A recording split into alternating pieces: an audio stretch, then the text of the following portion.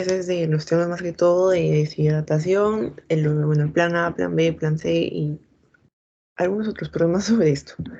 Entonces, en cuanto a la enfermedad diarreica aguda y el plan A y plan B de deshidratación, bueno, se sabe que la definición de diarrea aguda es cuando se incrementa el número de las evacuaciones o disminuye la consistencia de las heces. Entonces, una diarrea acuosa sería en la cual se disminuye la consistencia de las heces. Una diarrea disentérica sería la que tiene presencia de moco y sangre, y en algunos casos también puede ser pus. Una diarrea persistente va a ser aquella que va a demorar, bueno, o va a durar 14 días. Una diarrea infecciosa, bueno, por causa ya sea bacteriana, viral o parasitaria, y una no infecciosa puede ser por causa inflamatoria, por medicamentos, entre otros.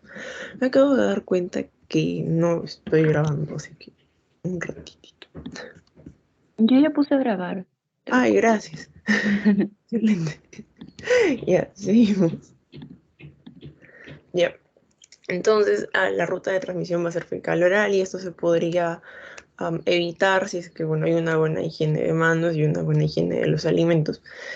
Y entonces, en cuanto a la etiología, puede ser por virus, bacterias y parásitos. En cuanto a los virus, los más comunes van a ser el rotavirus, el adenovirus y el norovirus. En cuanto a lo que es bacterias, sería Shigella, Campylobacter o E. coli enterotoxigénica. También puede ser Salmonella notifi. Y en cuanto a parásitos, la más común es Giardia lamblia, pero también está la isospora y Cryptosporidium. Y bueno, de todos estos, en lactantes mayores de 6 meses se va a encontrar lo que es el rotavirus, la shigella y el campylobacter, también la E. coli, pero ya en niños mayores va a ser más frecuente la E. coli y más común la enterotoxigénica.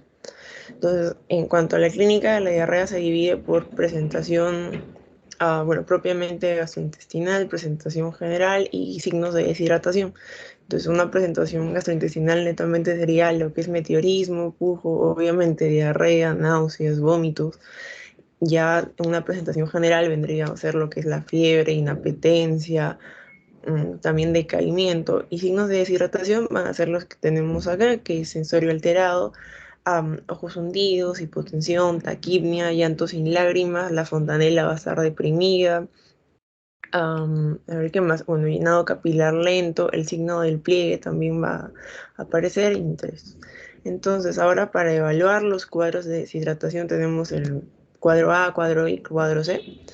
En cuanto al cuadro A, primero va a ser un niño en estado general normal, alerta, ojos normales, la sed va a estar, cuando bebe normalmente, no está sediento, el pliegue cutáneo se recupera instantáneamente. Entonces este va a ser un niño que no tiene signos de deshidratación, pero que, bueno, tiene como un riesgo porque está con diarrea, así que va a seguir un tratamiento que es el plan A, que ya vamos a ver ahorita.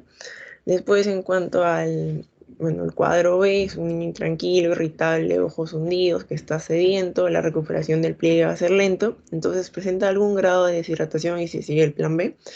Y en cuanto al cuadro C, es un niño que ya está letárgico o hasta inconsciente, igual tiene los ojos hundidos, pero a diferencia del anterior, este ya va a ver muy poco o casi nada.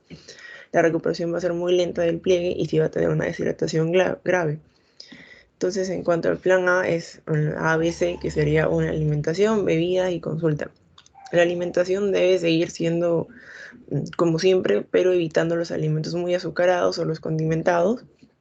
En cuanto a bebidas, se da un poco más de lo que se tomaría normalmente de agua, y más que todo en líquidos basados en alimentos como el cocimiento del arroz, y también evitando los líquidos hiperosmolares o muy azucarados como los juguitos o gaseosas, porque eso va a empeorar el cuadro de diarrea.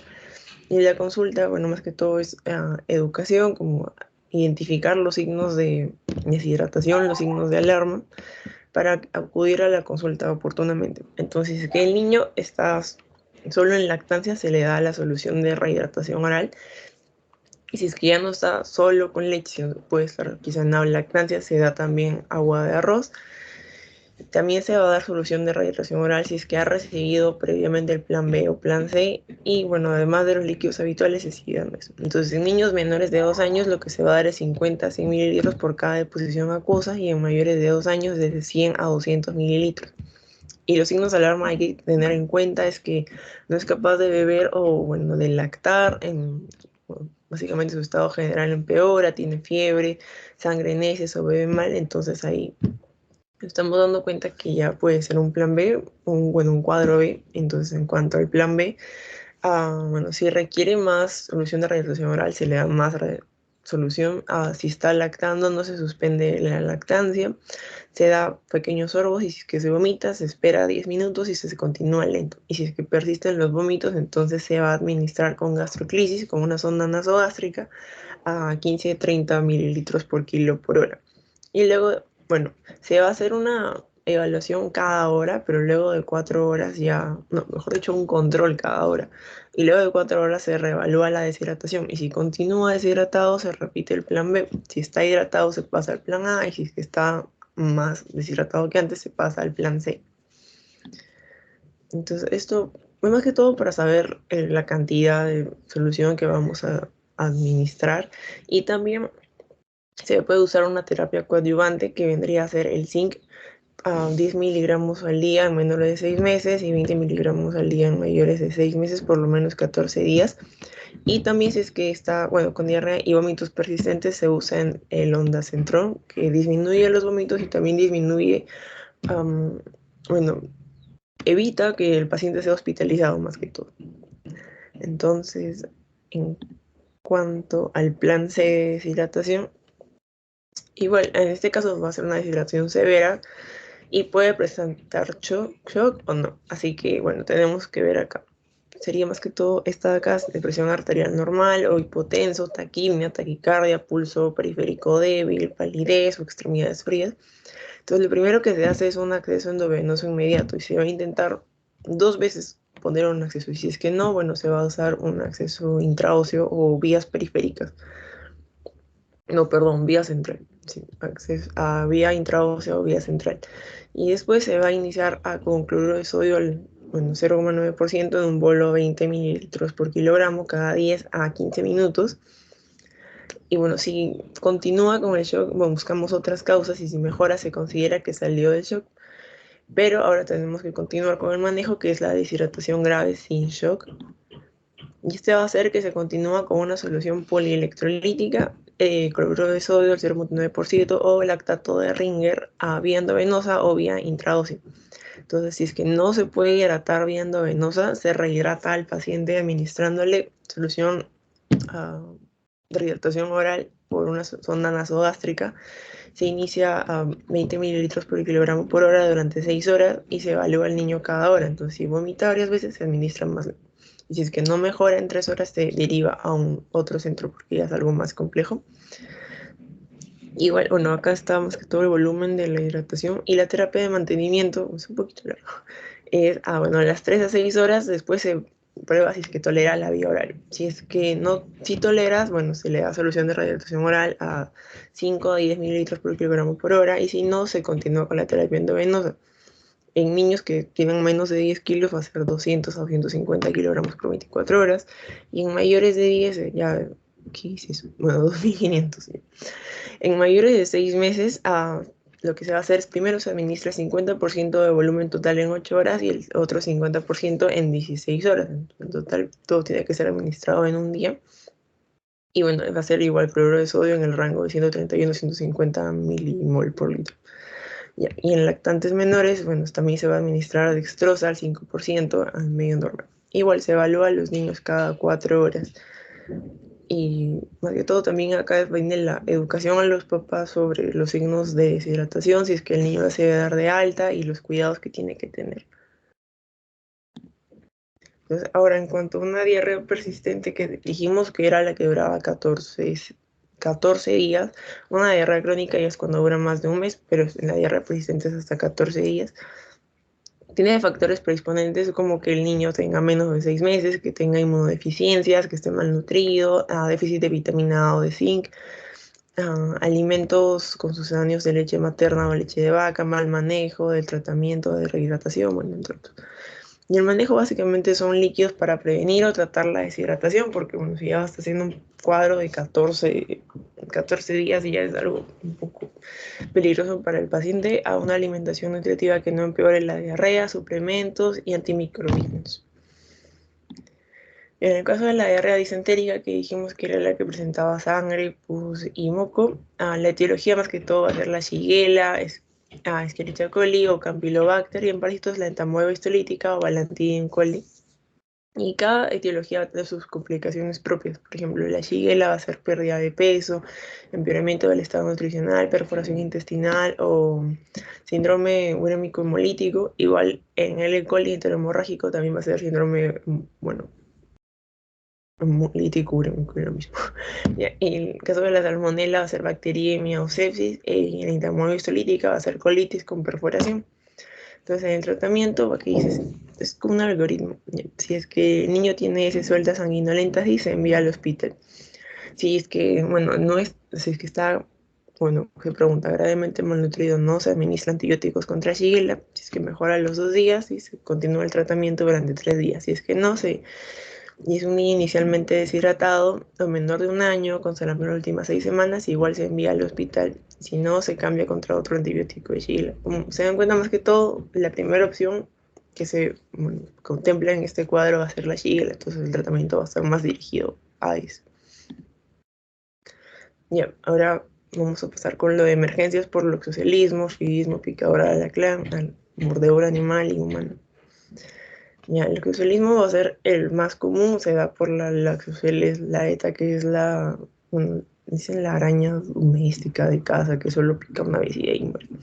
Entonces, esta va a actuar por medio de la enzima esfingomilinasa D, que lo que va a causar es inflamación, necrosis celular, hemorragias, formación de trombos, zonas de isquemia, y todo va a confluir en necrosis tisular. Y bueno, también puede darnos lo que es coagulación intravascular diseminada o injuria renal aguda.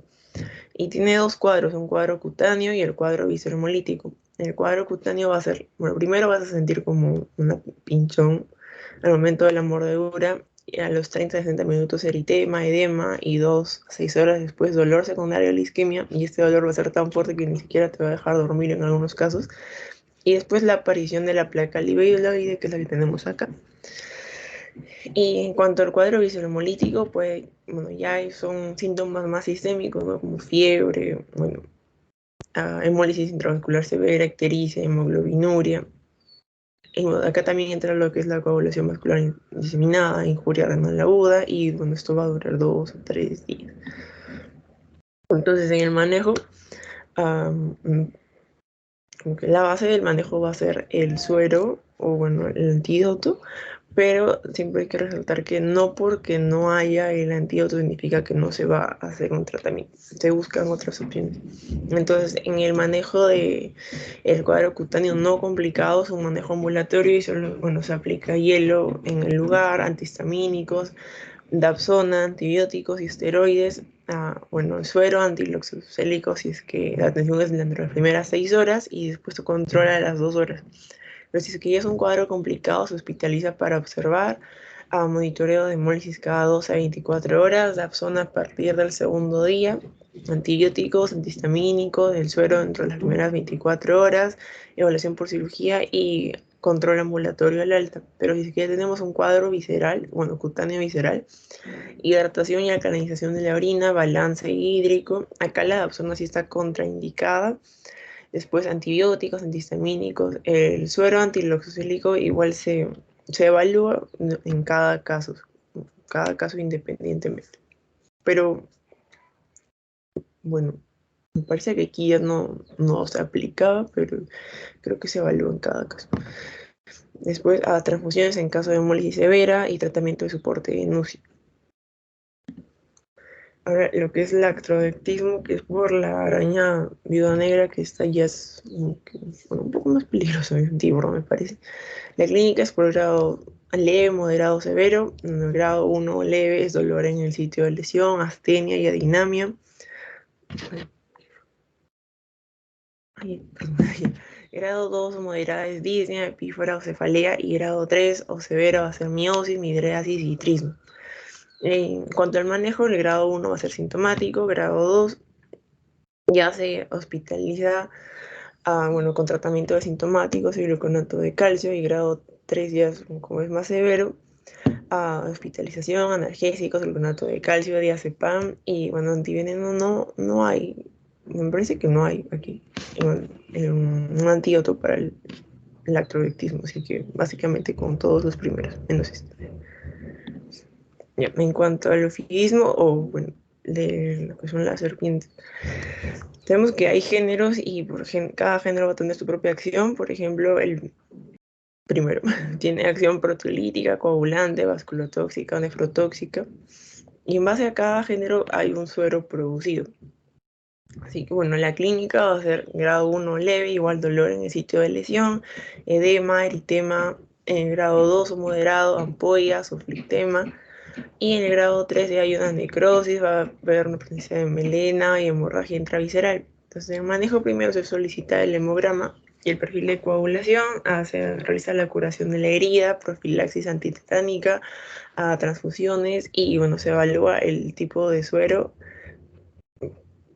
Bueno, de hecho es un poco complicado como explicar un suero porque tendrías que saber exactamente el tipo de serpiente que te acaba de morder. Pero bueno, por eso siempre se dice que se recomendaba como que reconocer las características y era porque tenías que saber las características para saber qué tipo es y qué suero darle al paciente. Y en cuanto a la picadura de alacrán, bueno, igual el grado 1 o leve en la clínica es dolor en sitio de lesión, parestesia y prurito. En el grado 2 ya va a darse alorrea, parestesia general o fasciculaciones linguales. Y en el grado 3 es nistagmus, convulsiones o, bueno, marcha táxica también. Esta picadura de alacrán tiene efectos simpáticos, efectos parasimpáticos y efectos de la excitación neuromuscular, bueno, el efecto parasimpático, bueno, el efecto simpático va a ser taquicardia, hipertensión, midriasis, agitación, también puede presentar miocarditis. Después el efecto parasimpático va a ser, bueno, lo contrario, bradicardia, vasodilatación, broncoespasmo, secreción bronquial. Y en la excitación neuromuscular, bueno, acá va a haber espasmo muscular, parálisis, perdón, y bueno, la actividad neuromuscular va a ser no coordinada. Entonces, todo esto nos puede derivar en falla respiratoria o en coma y bueno, posiblemente la muerte. Entonces, el manejo va a ser con sintomáticos, primero analgésicos como mectamizol o diclofenaco, pues antihistamínicos como clorfenamina, cardiotónicos del tipo digitálicos en el caso de que haya una falla cardíaca o edema agudo de pulmón. Igual, el suero va a ser el último tratamiento específico, pero siempre se puede tratar de abordar por otros lados. Y por último, la mordedura animal. Tenemos mordedura de perro, mordedura de gato y mordeduras humanas. La mordedura por perros puede causar heridas menores, heridas complicadas y lesiones mortales. Más que todo, lesiones mortales es cuando se involucra la parte de cara y cabeza en general. La mordedura por gatos comprometen, bueno, o los 2/3 de las mordeduras comprometen las extremidades superiores y las heridas son penetrantes profundas, ya que bueno, los gatos tienen los dientes bien afilados y grandecitos. Y la mordedura humana causa un área eritematosa o equimótica oval o semicircular y bueno, más que todo van a ser heridas en el caso pediátrico. Y hay exposiciones sin riesgo, exposiciones leves y exposiciones graves. En sin riesgo es cuando no hay contacto directo con la saliva o bueno, solo es una lamedura en la piel intacta. Y bueno, no hay exposición a sangre, leche, orina y heces. En la exposición leve es sin signos o se sospecha de rabia y si es una lesión única o superficial. En cambio, en la grave ya se sospecha de rabia y ya aborda como que la cara, cabeza, cuello, las partes como que más importantes que causan heridas más complicadas. También es cuando son de animales no localizados o desconocidos, pero se dice que la mayoría de las mordeduras animales, bueno, más específicamente en las mordeduras de perritos, son causadas por perritos como tu mascota, no un perrito extraño. Por eso es grave cuando ya sería un animal no, bueno, desconocido o no localizado. Entonces, en el manejo igual primero estabilización, expresión directa a la herida sangrante y en la evaluación neurológica en las áreas distales se lava con abundante agua y jabón y bueno, se aplica anestesia local, se lava con yodopovidona y bueno, también puede ser con cloruro benzalconio. Y más que todo para el tratamiento antibiótico se aplicaría amoxicilina y ácido clavulánico por 3 a 5 días o clindamicina para que, bueno, sea de un espectro amplio, o sea, para que cubra todos o la mayoría de posibilidades que puede tener la infección. Y en el caso del suero antirrábico hay heterólogo u homólogo. En caso del heterólogo es 40 unidades internacionales por kilogramo de peso vía intramuscular y el homólogo es 20. Y bueno, la vacuna contra la rabia se administra en 5 dosis y es vía intramuscular en la región del delta 10. Ya, bueno, penúltimo me parece que es la intoxicación por organofosforados y carbamatos. Y bueno, primero que hay que saber todos los síndromes. Está el síndrome anticolinérgico, que los signos comunes va a ser midriasis, sequedad de piel y mucosas, hipertermia, rubicundez facial, excitación psicomotriz y taquicardia. Solamente le ponen esta foto porque, bueno, acá había como una memotecnia que era algo que, o sea, el paciente está seco porque tiene sequedad de piel y mucosas y está como que bien alterado. Había una memotecnia, no la recuerdo, pero más que todo, el paciente está como que no se cae de piel y mucosa, o sea, no está diaforeico y más que todo está en excitación psicomotriz y todo eso. Y las causas más comunes va a ser atropina, antihistamínicos, escopolamina, antidepresivos tricíclicos y el antídoto acá, el síndrome anticolinérgico va a ser la fisostigmina.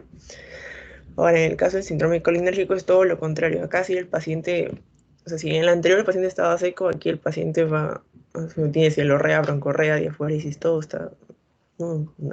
Depresión sensorial, si en el otro lado estaba bien activo, acá está todo deprimido, bradicardia, miosis, y las causas comunes es fisostigmina y acá el antídoto sería la atropina. O sea, usualmente cuando le das mucho, tienes un síndrome tricolinérgico y le das muchas fisostigminas, se puede ir para el otro lado, por eso siempre hay que controlar. Y el síndrome simpático mimético, este va a ser, bueno, excitación psicomotriz, diaforesis, hipertensión, taquicardia, hipertermia. Y bueno, estas causas comunes pueden ser cocaína, anfetamina, pseudoefedrina.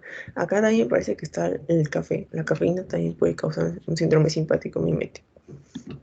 Ya, después en el síndrome hipnótico sedante está todo deprimido, la depresión de la conciencia, también depresión respiratoria, hipotensión, bradicardia, miosis, hipotermia. Y las causas comunes van a ser las benzodiazepinas, el alcohol etílico, barbitúricos, codeína, fentanilo, morfina, entre otros. Y por último, el síndrome extrapiramidal, tenemos crisis como de opistótonos, trismos, espasmo y tremor lingual, rigidez generalizada, y las causas pueden ser la domperidona, metoclopramida, aloperidol, clonazepam. Entonces, una vez sabiendo eso, vamos a entrar a lo que es el manejo, que son 5 pasos, pues la estabilización, o sea, el ABC. Después, medidas para disminuir la absorción, tenemos una medida cutánea, o bueno, lavado enérgico, ocular con suero fisiológico y gastrointestinal con un vaciamiento gástrico, carbón activado y catárticos. En el vaciamiento gástrico tenemos lo que es el lavado gástrico, que se va a hacer como en la imagen superior derecha, que vemos que el paciente está en decúbito lateral. Esta se realiza, parece, si es que ha pasado menos de 1 hora de la ingesta y bueno, está contraindicado si es una intoxicación por derivados del petróleo o bueno, o por corrosivos. Después tenemos el carbón activado que sí se puede realizar pasada la hora y se dice que es más efectivo que el lavado gástrico. Después, en medidas de depuración del tóxico, podemos forzar la diuresis, alcalinizar la orina, depuración gastrointestinal o remoción extracorpórea, que por ejemplo puede ser hemodiálisis en este caso. Pues considerar el uso de antídotos, aquí está por ejemplo, el antídoto del opiáceo, la naloxona, de la benzodiazepina, flumacenilo, el paracetamol, la N-acetilcisteína, órganos fosforados, la atropina, el anticolinérgico, la fisostigmina, entre otros. Y por último tenemos el tratamiento sintomático y prevención. Bueno, por ejemplo, diazepam para el caso de las convulsiones o bueno, dolor, los analgésicos, medios físicos para disminuir la hipertermia y clorofeniramina para el caso de algunas alergias. Y en el caso de la ingestión de cáusticos, sabemos que se dividen en alcalinos y ácidos. Los alcalinos serían los limpiadores de inodoros, limpiadores caseros, detergente. Y en el caso de los ácidos, igual tenemos bueno, básicamente eso todo es más fácil, todo tiene ácido. En cambio acá sí es un poco más complicado. Hidróxido de sodio, cloruro de amonio, todo eso. Y bueno, más fácil diferenciarlo. Si no dice ácido es porque es el otro.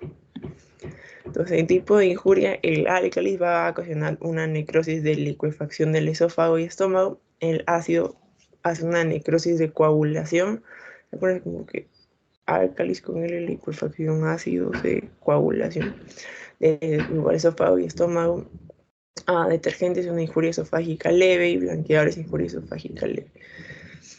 Igual, en el caso de la clínica, pueden ser asintomáticos o asintomáticos, pero que un paciente sea asintomático no va a revelar exactamente el grado de injuria esofágica. Por ejemplo, puede ser asintomático y tener una injuria esofágica grave, y también puede ser sintomático, pero no tiene una injuria grave. Hay una estadística que dice que el 80% de los sintomáticos no van a tener una injuria esofágica considerable. En cambio, como que el 12% de los asintomáticos sí tienen una injuria grave, pero no se valora adecuadamente, si es que solo nos guiamos de la clínica. Entonces, en cuanto a la clínica, puede ser rechazo a deglutir, disfagia, náuseas, tos, estridor, hematemesis, dolor retroesternal. Y en el caso de manejo, si es que no está seguro de la historia de la ingestión o está asintomático, se observa y la ingesta de líquidos. Y si es que sí tiene una historia fuerte de ingestión, se hace una endoscopia dentro de las 24 horas. Claro, previamente haciendo todo el manejo de estabilización también que hemos visto hace un rato. Ahora, la intoxicación por hidrocarburos. La clínica va a ser quemazón en la boca y faringe, seguida de tratamiento y tos, disnea, aleteo nasal, fiebre. Y el tratamiento va a ser un oxígeno suplementario, y por tenemos presencia de disnea, retirar la ropa contaminada y bañar al paciente, hidratarlo. Acá no se usa carbón activado, los corticoides tampoco, y hay un antibiótico profilaxis. Ahora, en caso de las plaguicidas o también en los inhibidores de la colinesterasa, hay órganos fosforados y carbamatos. Los órganos fosforados tienen inhibición irreversible, la acción es prolongada y se puede usar oximas. En cambio, acá los carbamatos, que son, bueno, más que todo el campeón, baigón y todas esas cosas, es una inhibición reversible, tiene una menor duración de acción y no se pueden usar oximas. Entonces, en la clínica tenemos síndrome muscarínico, síndrome nicotínico y síndrome neurológico central. El síndrome muscarínico va a ser, por ejemplo, va a tener hiperemia conjuntival, miosis. El síndrome nicotínico ya va a ser más que todos bueno, va a ocasionar cefalea, mareos. Y el síndrome neurológico central, más que todo va a ser ahí, no sé, un paciente letárgico ya, como que el estado de conciencia se va a ver alterado. En el diagnóstico, bueno, las pruebas de laboratorio se busca el descenso de la actividad de la acetilcolinesterasa eritrocitaria o los metabolitos en orina por cromatografía de gases. Y el tratamiento en órganos fosforados es atropina más reactivador de la colinesterasa, y en solo carbamatos va a ser atropina. Entonces, en general, el tratamiento es atropina. Y bueno, en adultos es 1 a 5 miligramos por cada dosis, y en niños es 0,05 miligramos por kilogramo por dosis. Y por último, para terminar el tema de la semana 10, vamos a tener lo que es el RCP. Entonces, más que todo acá les puse las diferencias de RCP en adultos con los niños mayores de 1 año, porque básicamente va a ser lo mismo, solo hay ciertas diferencias. Acá en este caso la relación compresión-ventilación para RCP con 2 reanimadores es 15:2, porque, bueno, se recomienda más que todo en la edad pediátrica, más que todo en los niñitos. Sí, es que se haga con 2 reanimadores, uno que se encargue de las compresiones y otro que se encargue de lo que es la ventilación con el ambo. Entonces, las técnicas de compresión se puede realizar compresiones torácicas con una sola mano, en el caso de los niños muy pequeños, o 2 manos. Se agarra como que así. Este es el niñito. Así.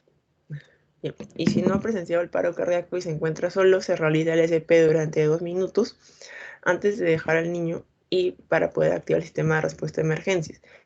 Y si es que hay testigos, entonces se deja al niño para activar el sistema de respuesta a emergencias, y después se regresa con el niño para seguir haciendo las compresiones, porque ya, bueno, hay personas que pueden vigilar, de repente hay otra persona que también sabe hacer las maniobras de RCP, entonces más confianza en eso. El RCP en lactantes, tiene su algoritmo acá también. Ah, igual tienes que evaluar los signos vitales, si no responde, si en respiración o solo jadeo. Bueno, ahí se activa el sistema de respuesta de emergencias. Se comprueba el pulso en 10 segundos y bueno, en caso de un reanimador, 30 compresiones y 2 ventilaciones, y en el caso de reanimadores, 15 compresiones y 2 ventilaciones. Y después, bueno, se evalúa si es que el ritmo es desfibrilable o no con el DEA y si es que se administran las descargas correspondientes. Y ahora también, en el caso de UASE o desobstrucción de la vía aérea, si hay diferencias en el niño y el lactante. En el caso del niño, los signos de obstrucción leve van a ser intercambio adecuado de aire, pero puede presentar una tos forzada y puede haber sibilancias cada tos. Y signos graves van a ser intercambio insuficiente, tos efectiva o débil, o ya ausencia de tos, ruido agudo ante la inhalación o ausencia total de ruido por parte del niño, posibles diagnosis, imposibilidad para hablar, y la víctima se sujeta el cuello realizando el signo universal de la obstrucción, que es este. Ya, entonces, en el caso de una obstrucción leve, las acciones del reanimador, siempre y cuando haya el intercambio de aire, se anima al paciente a seguir tosiendo y respirando. En este caso no se interfiere con eso. Bueno, pero hay personas, o no, la mayoría creemos que quizá como dando palmaditas en la espalda podemos ayudar al paciente, pero no, la verdad es que simplemente él tiene que seguir tosiendo y tú lo animas a que siga tosiendo. Es un poco raro, ¿no? Como quedarse ahí mirándolo mientras tose, pero eso es lo que se tiene que hacer. Pero ya si es que ya pasa a ser una obstrucción grave, um, se debe tratar de despejar la vía aérea, bueno, más que todo realizando esta maniobra de acá, la maniobra de Heimlich. Y en el caso del lactante, si hay una obstrucción leve de la vía aérea, sería intercambio adecuado de aire, se puede presentar tos forzada, igual sibilancias, y en la obstrucción grave de la vía aérea hay intercambio insuficiente, tos débil, hay un ruido agudo durante la inhalación, dificultad respiratoria pronunciada, posible cianosis, imposibilidad para llorar. Acá no es que el paciente vaya como que a decir algo o hacer algo, porque es chiquitito. En el caso de la obstrucción leve, las acciones del reanimador, igual lo mismo, no interferir y activar el sistema de respuesta a emergencias. Y en el caso de la obstrucción grave, sí debe tratarse igual de liberar la vía aérea. Bueno, chicos, esto sería todo con respecto a la semana 10. Ya, a ver, les voy a pasar el post de ahorita y ya después empezamos con la otra clase. Gracias, Pili. Nada, Nancita.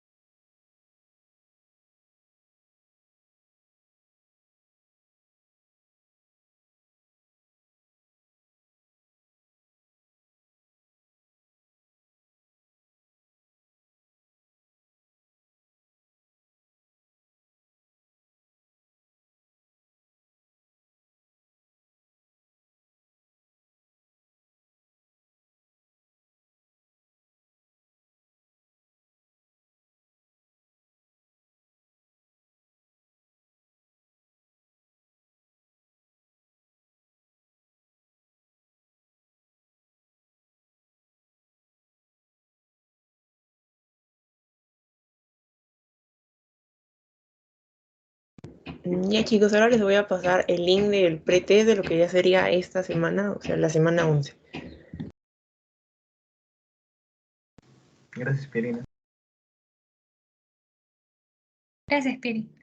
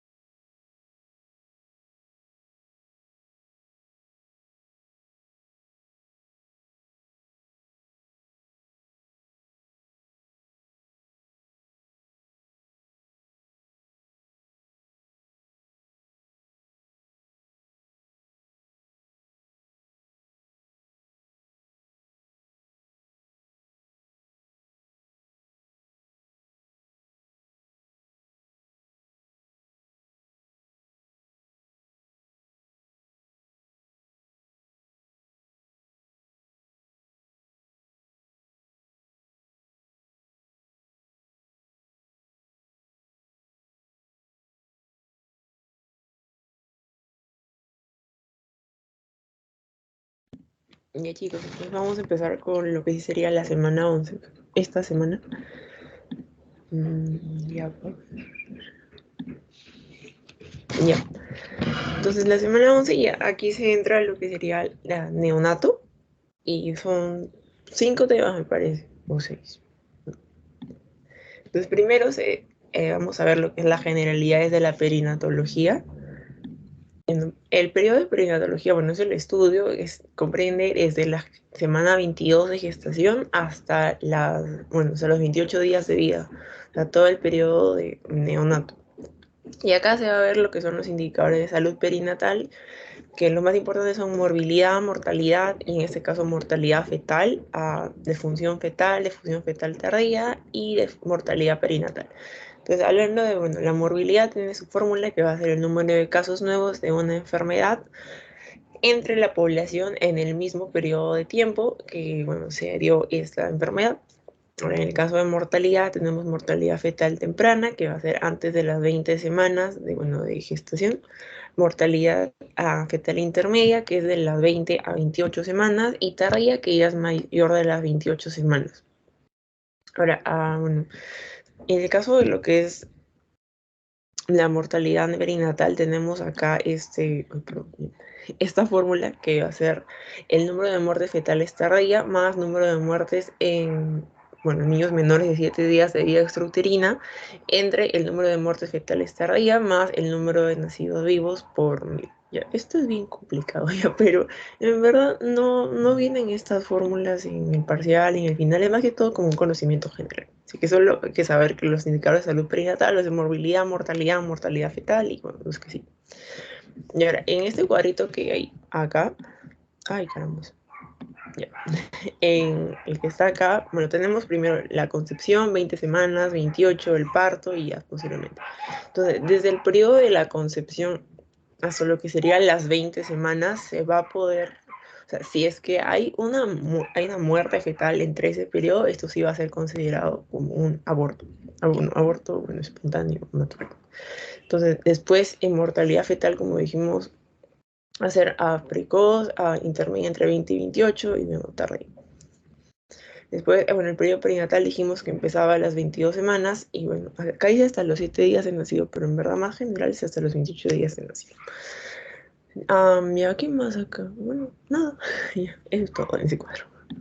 Ya, entonces, ahora, las causas de morbilidad neonatal en orden de frecuencia va a ser primero un parto pretérmino, después las infecciones severas que se dan y después la asfixia perinatal. Eso ya vamos a ir viendo en las posteriores semanas más que todo, cada uno específicamente. Y por último, la letalidad neonatal va a ser el indicador más específico que se tiene y este va a ser el número de muertes neonatales de un rango de peso determinado referidas a lo largo a los recién nacidos vivos de en ese mismo rango de peso expresado en porcentaje. Acá lo que tienen que saber es que este es el indicador más específico que hay. Me parece que lo preguntaron en un pasito, me parece, por si acaso.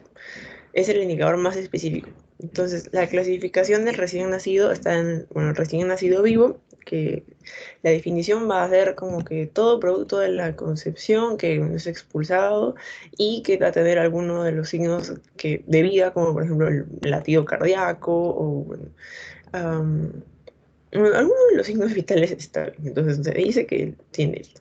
Y en la edad gestacional vamos a ver, en un embarazo normal, dijimos que va a durar aproximadamente 40 semanas, pues es lo que es la concepción general, y un recién nacido a término va a ser, si es que nace desde las 37 semanas hasta las 41 semanas, recién nacido post término es 42 semanas a más, recién nacido pretérmino es 36 semanas o menos, y bueno, el aborto va a ser menos de 20 semanas, me parece. Sí, igual aquí hay algunos que lo ponen más específico, como recién nacido pretérmino va a ser 36 semanas y no sé cuántos, 36 semanas, 6 días, algo si lo ponen porque más específico, pero en general es 36 semanas. Y después también vamos a ver lo que es el peso. Esto sí, estas preguntas, bueno, eso, sí son preguntas de pasitos. Recién nacido de bajo peso es menos de 2.500 gramos, de muy bajo peso va a ser menos de 1.500, de extremadamente bajo peso menos de 1.000 y bueno, micro que va a ser menos de 750. Igual hay pequeño para la edad gestacional, grande para la edad gestacional y adecuado para la edad gestacional. En pequeño va a ser en menos del percentil 10, grande va a ser más del percentil 90 y adecuados entre el percentil 10 y el percentil 90. Estos temas sí son bien cortitos. Entonces, en cuanto a la historia clínica neonatal, igual es básicamente como cualquier otra historia clínica, pero lo que aquí se va a agregar es a los antecedentes obstétricos, o bueno, también llamado historia perinatal. Entonces, igual primero es la ficha de identificación y después ya va a venir la anamnesis y bueno, los antecedentes. Y acá se dice que en el periodo neonatal va a trabajar tanto el ginecólogo obstetra con el neonatólogo de la mano, porque ambos tienen que ver tanto los antecedentes como la realidad. Entonces, esto es un ejemplo de una historia clínica de salud.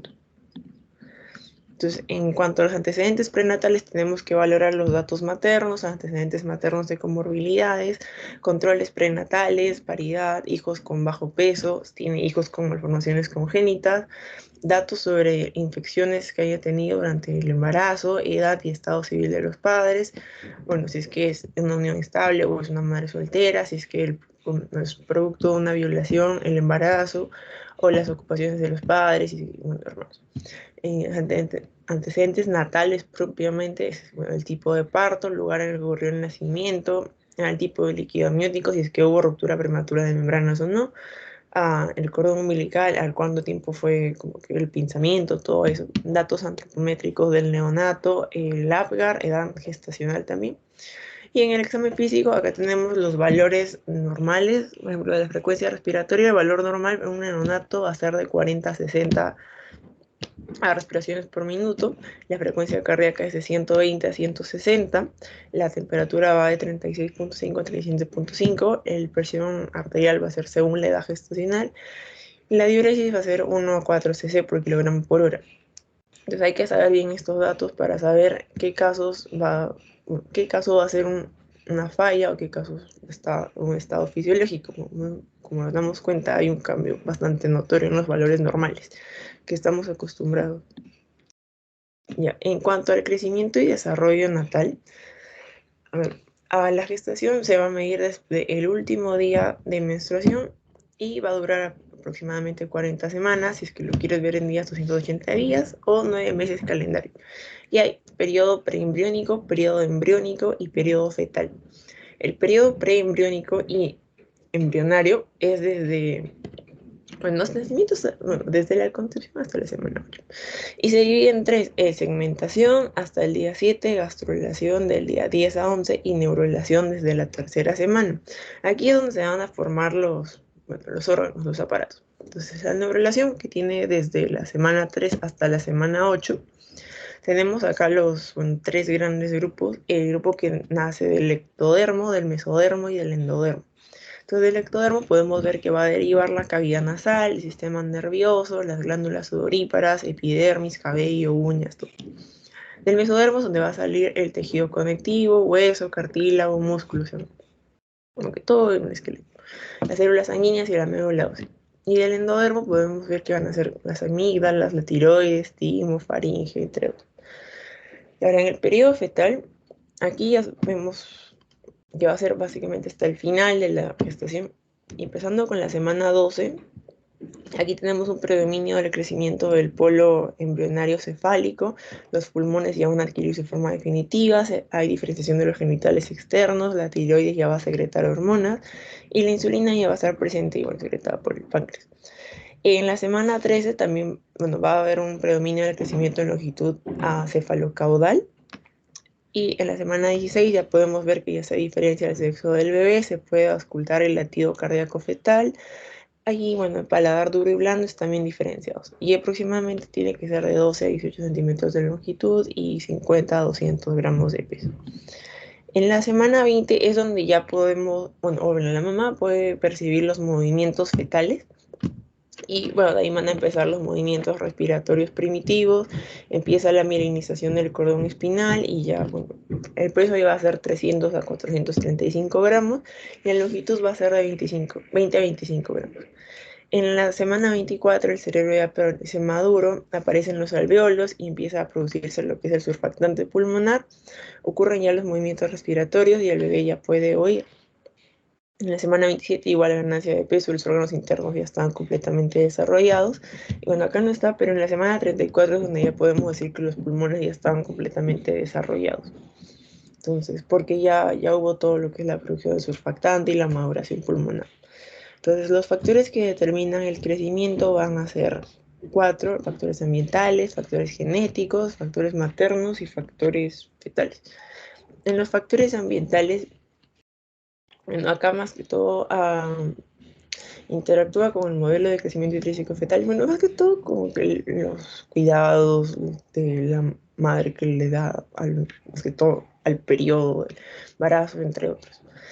Los factores genéticos hasta relacionado de las proteínas reguladoras que controlan los procesos metabólicos que determinan el crecimiento celular. Aquí lo importante es el IGF-1 y 2, ya que estos son los que van a regular lo que es el crecimiento. Entonces, si es que hay como que algún problema o una remoción en el gen que se produce en estos, vamos a ver que va a haber una falla en el crecimiento. O sea, va a haber, no falla, sino no se va a dar el proceso de crecimiento adecuadamente. Si es que hay alguna falla en el gen que produce estos dos. Después también, bueno, el genotipo fetal y los fetos masculinos pesan más que los femeninos. Y después los factores maternos, tenemos, bueno, la talla materna, ya que eso nos va a dar aproximadamente qué tamaño va a ser el útero y cuánto tamaño va a tener el bebé para desarrollarse. También la edad materna, ya que eso nos permite ver si es que los órganos están vascularizados adecuadamente o no. Más que todo en ese caso, bueno, el útero. Los hábitos maternos, infecciones maternas, así es que por ejemplo he tenido la mamá Torch, por ejemplo. Después la genética, el tamaño del útero que está ligado al tamaño, a la talla materna. Y fetales, bueno, si es que hay algún problema en el gen del IGF-1-2, la insulina producida por el feto tiene una influencia importante, pero no absoluta, sobre el crecimiento fetal. Y también si es que hay una agenesia pancreática, por ejemplo. Aquí lo tengo. Ya. En cuanto a los cambios fisiológicos de la adaptación de la vida intrauterina a la vida extrauterina, tenemos el periodo transicional, que básicamente se divide en 3 periodos. Ay, Dios. Ya, primero tenemos el periodo de reactividad, que son los primeros 15 a 30 minutos de vida. Y en ese periodo se va a incrementar la frecuencia cardíaca, la respiración va a ser irregular y bueno, va a ser un recién nacido que va a estar alerta. En el segundo periodo, que dura de 60 a 90 minutos, el recién nacido ya no va a estar tan alerta, sino va a estar muy letárgico, hay disminución de la actividad motora, hipotonía, bradicardia y bradipnea, y los reflejos van a estar disminuidos. Es como que de estar así va a decaer un poquito. Y en el tercer periodo, que puede durar 10 minutos a varias horas, ya no hay hipotonía, acá hay un aumento del tono muscular, hay llanto, el bebé elimina el meconio, hay reflejos activos en las secreciones y excelente momento para empezar con lo que es la alimentación del bebé. Entonces es como el bebé está así, después baja y vuelve a subir. Y pues tenemos lo que es la hora dorada, que bueno, sería la primera hora del recién nacido, donde se evalúa si es que el recién nacido necesita un soporte respiratorio, así es que requiere ventilación a presión positiva, el contacto piel a piel y el inicio de la lactancia materna en la primera hora de vida. O sea, más que todo, eso se va a dar en el tercer periodo, el periodo transicional. Todo esto para evitar la hipoglicemia y bueno, también aquí se realizaría lo que es el pinzamiento del cordón umbilical. Entonces, ahora viendo más detalladamente cada cambio en cada sistema, por ejemplo, los cambios pulmonares, en el feto los pulmones están llenos de líquido. La resistencia vascular pulmonar está aumentada, el flujo sanguíneo pulmonar disminuido, las arteriolas pulmonares están contraídas. Entonces, ¿qué pasa luego del nacimiento? Ya los pulmones ya no pueden estar llenos de líquido porque el bebé tiene que respirar. Entonces, remoción del líquido pulmonar, expansión de los pulmones y hay una disminución de la resistencia vascular pulmonar y incremento del flujo sanguíneo pulmonar. Entonces, esta remoción del líquido pulmonar lo que nos va a dar es una inspiración pasiva, evaporación, transporte activo de sodio, liberación de catecolaminas y drenaje linfático. Es como nos damos cuenta, básicamente el cambio pulmonar va a ser que del pulmón lleno de líquido ya no va a estar lleno de líquido para que el bebé pueda respirar. En los cambios cardiovasculares, bueno, acá tenemos en el feto el foramen oval, por lo tanto hay intercambio de la aurícula derecha a la aurícula izquierda de sangre, hay circulación en paralelo, hay 3 cortocircuitos centrales, gasto cardíaco bajo y más que todo el gasto cardíaco va a estar predominantemente en el ventrículo derecho, a circuito pulmonar y circuito sistémico. En cambio, luego del nacimiento lo que se va a hacer es el cierre del foramen oval, también el cierre del ductus venoso, y esto se va a dar cuando ya ocurre el clamplaje del cordón umbilical, el cierre del ductus arterioso, el gasto cardíaco va a aumentar y ahora ya no va a ser solamente predominante en el ventrículo derecho, sino que va a estar tanto en ventrículo derecho como ventrículo izquierdo. Y la frecuencia cardíaca normal va de 100 a 180 latidos por minuto. Ahora, en los cambios gastrointestinales, el estómago va a tener una capacidad de 50 a 60 mililitros. El meconio formado en útero es eliminado entre las 8 a 24 horas aproximadamente. Las proteínas van a ser absorbidas sin dificultad y hay una actividad enzimática para digerir azúcares. Más que todo, todo esto está programado para que el bebé pueda empezar su lactancia materna lo más antes posible, lo más que pueda. Y también vamos a tener la adaptación hepática, o sea, el metabolismo de los carbohidratos, por ejemplo, en el feto, es en base al hígado, corazón y tejido esquelético. Y en el neonato es 2 a 3 veces los niveles de adultos en el metabolismo de los carbohidratos. Pues hay glucogenólisis hepática y gluconeogénesis y una tasa de producción y creación de glucosa es de 3.5 a 5.5. Un reto, chicos, por favor.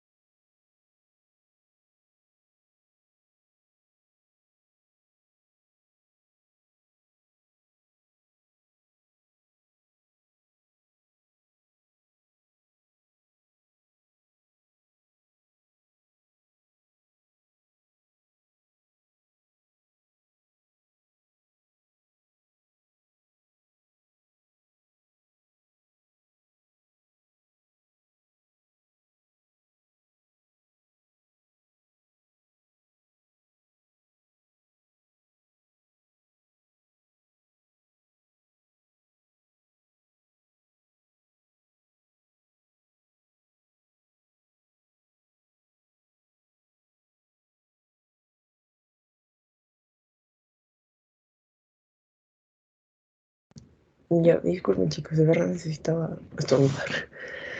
Ya. En cuanto a los cambios renales, en el feto primero sabemos que el feto forma orina y que esta pasa a ser parte de lo que es el líquido amniótico a partir de las 12 semanas. Y sabemos que la placenta excreta los productos de desecho, entonces, por lo tanto, en un feto no es muy importante la función del riñón. Pero luego del nacimiento, esto cambia totalmente. Entonces, acá lo que tenemos es un riñón como inmaduro, no inmaduro, sino que no sabe muy bien cómo es el desarrollo y cómo se hace el trabajo. Entonces, luego del nacimiento hay una baja tasa de filtración glomerular, incapacidad para concentrar la orina, pequeñas cantidades de proteína en la orina, excreción de urea siempre es baja y pérdidas de sodio son altas. Entonces, eso va a ser inmediatamente luego del nacimiento. Poco a poco ya se va a ir regularizando, pero hay que saber de que la corteza renal y todos esos no van a, están más que todo inmaduros, no van a saber cómo se hace el proceso. Después, en el sistema inmune, sabemos limitaciones en la respuesta inflamatoria y una pobre respuesta hipotalámica a pirógenos. Por lo tanto, en los neonatos la fiebre no va a ser un buen indicador de infección. Acá tenemos el indicador confiable que es la hipotermia. Ese va a ser mucho mejor que la fiebre para ver si es que el nacido tiene una infección o no.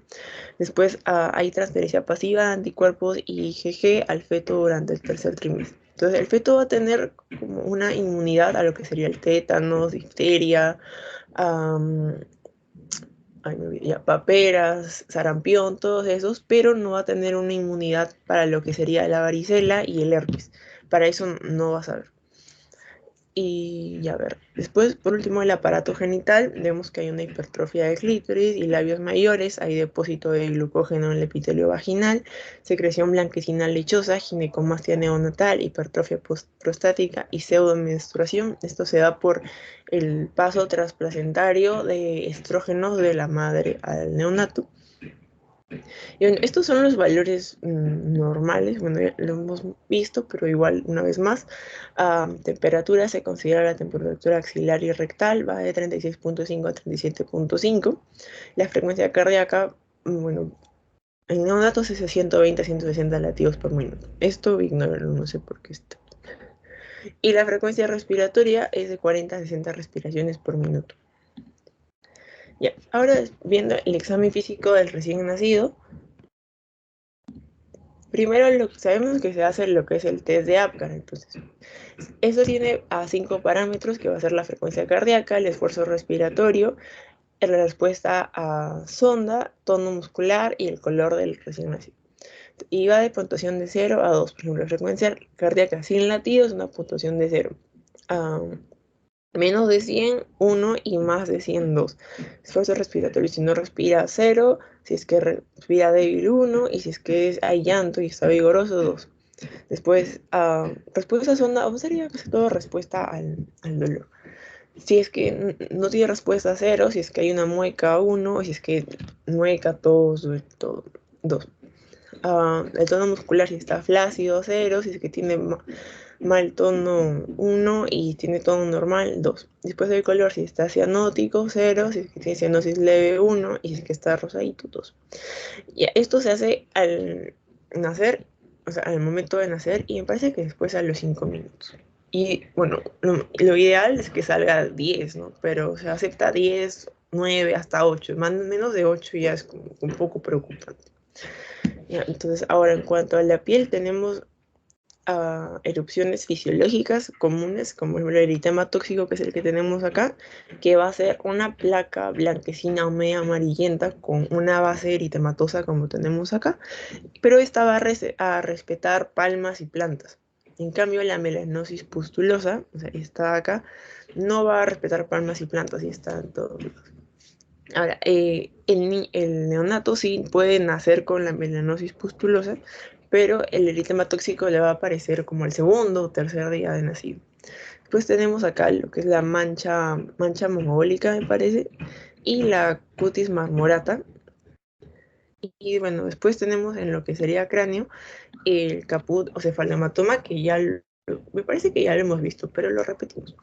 Pero el caput sucedáneo es un edema del tejido cerebral subcutáneo, el cefalomatoma es una hemorragia superióstica. El caput sucedáneo va a ser en el momento del parto, su aparición, o sea, el niño ya va a nacer así. En cambio, el cefalohematoma es horas después del parto va a aparecer, hasta unos días después. El caput, su resolución es en unos días y el cefalohematoma se resuelve en 2 semanas a 3 meses. Y la piel subyacente del caput puede ser equimótica a veces y el cefalohematoma normal. Entonces, este sería caput y este sería cefalohematoma.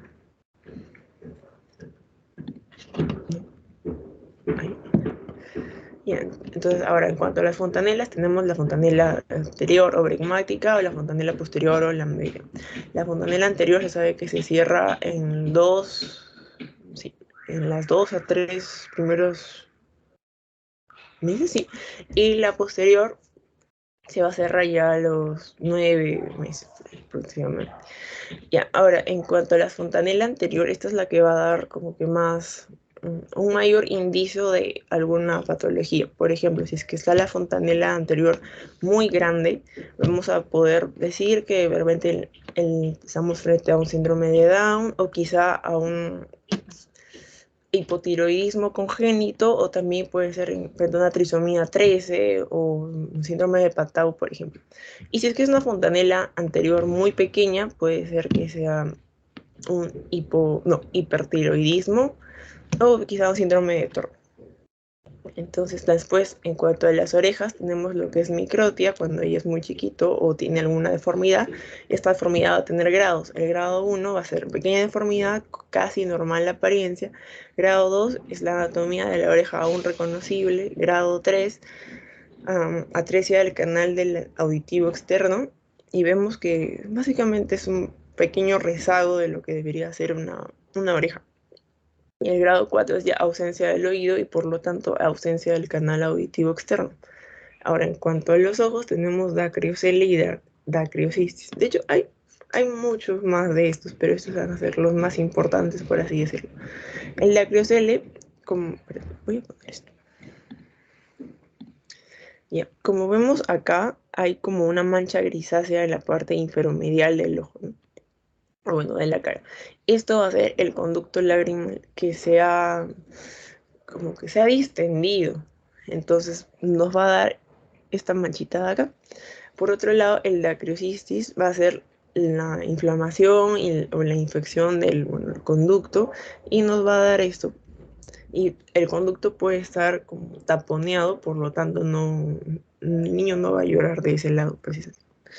Ahora, en el tórax podemos ver las diferencias de las clavículas, la tubefacción mamaria y secreción de leche. También hay, acá evaluamos lo que es los pulmones, el corazón, para ver si todo está bien. Y el cordón umbilical, vemos que su disposición es 2 arterias, una vena. Se desprende durante los primeros 15 días y hay alteración de los vasos en 5 a 10 de 1000 recién nacidos vivos. Y ahora, el cordón umbilical nos puede dar 3 tipos de problemas. Problemas estructurales, problemas de masas umbilicales y enfalitis. En problemas estructurales puede ser de repente la arteria única, o la persistencia del conducto onfalomesentérico, persistencia del conducto braco o retraso de la caída del cordón. En cuanto a las masas umbilicales, en masas grandes tenemos la hernia umbilical, como sabemos que es la protrusión cubierta de piel, onfalocele, que vemos que es toda la protrusión de los órganos cubierta por una ligera o fina capa de peritoneo, y las gastrosquisis ya es toda la protrusión de los órganos sin cobertura, expuesto. Y también hay pequeñas como granuloma o un pólipo. Usualmente el granuloma, bueno, si es que aparece después de la caída del cordón umbilical. Y en cuanto a la onfalitis, vemos que hay eritema periumbilical, puede haber una secreción fétida y puede dar lugar a peritonitis y a sepsis neonatal. Y ahora, en cuanto a tronco y columna, el mielomeningocele va a ser el tipo de espina bífida más común que se va a encontrar en los neonatos. Este es el mielomeningocele, solamente sería un meningocele, y esta es una fosita pilonidal. Y cuando hay esto se sospecha de una espina bífida, entonces hay que hacer más estudios. Y después tenemos el sistema nervioso, que aquí hay que evaluar el estado de conciencia, el tono muscular, la actividad motora, reflejos y lesiones de nervios, como tenemos acá la parálisis de Duchenne, que es como que mano mascota, y la parálisis de Klumpke, que es la mano en garra que tenemos acá. Y por último, sí, este es el último, la regulación térmica en el recién nacido. O sea, ¿quién tiene riesgo o quién está más predispuesto a necesitar una regulación térmica? Va a ser los prematuros de bajo peso al nacer, o pequeños para la edad gestacional, una reanimación prolongada, o infecciones, problemas cardíacos, o tono disminuido y hipotónicos. Dijimos que lo normal era de 36.5 a 37.5. Entonces la hipotermia leve va de 36 a 36.4, la hipotermia moderada de 32 a 35.9 y la hipotermia severa de menos de 32. Y la pérdida de calor sabemos que se da por estos 4 mecanismos: conducción, convección, evaporación y radiación. Entonces, para evitar la pérdida de calor por estos lados, hay ciertos como que pasos o maniobras que se pueden hacer para evitarlo. Por ejemplo, la conducción se puede como que abrigar al neonato con mantitas calientes, o como que el ambiente donde esté sea caliente, porque la conducción va a hacer la pérdida de calor al tocar otra superficie, por ejemplo, fría. Entonces hay que tratar de que la superficie donde esté el neonato sea caliente.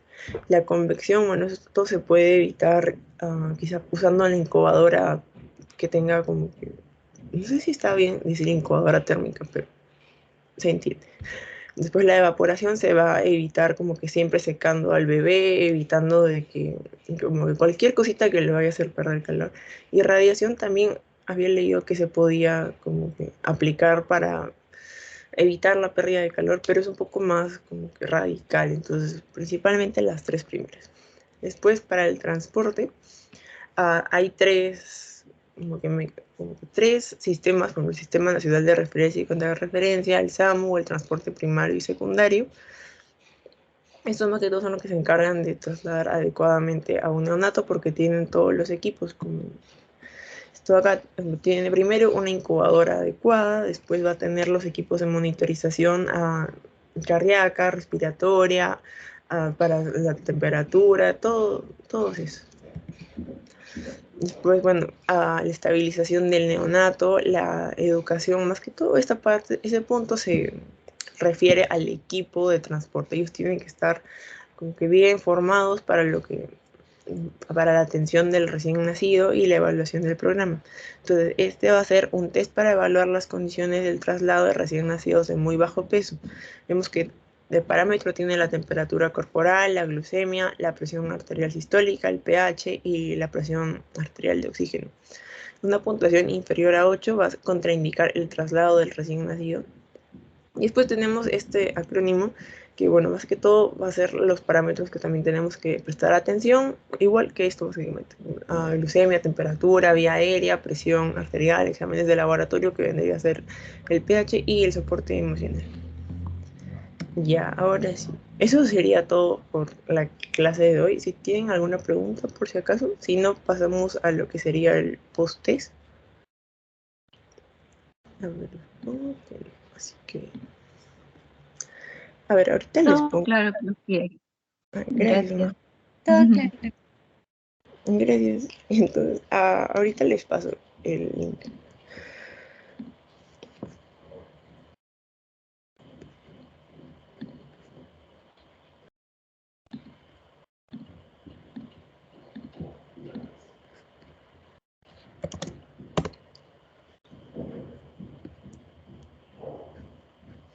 Ya, ya está el link del post. Entonces, eso es todo, chicos. Muchas gracias y ya nos vemos la otra clase. Gracias a ti, Pierina. Muchas gracias, Piri. Nada, chicas.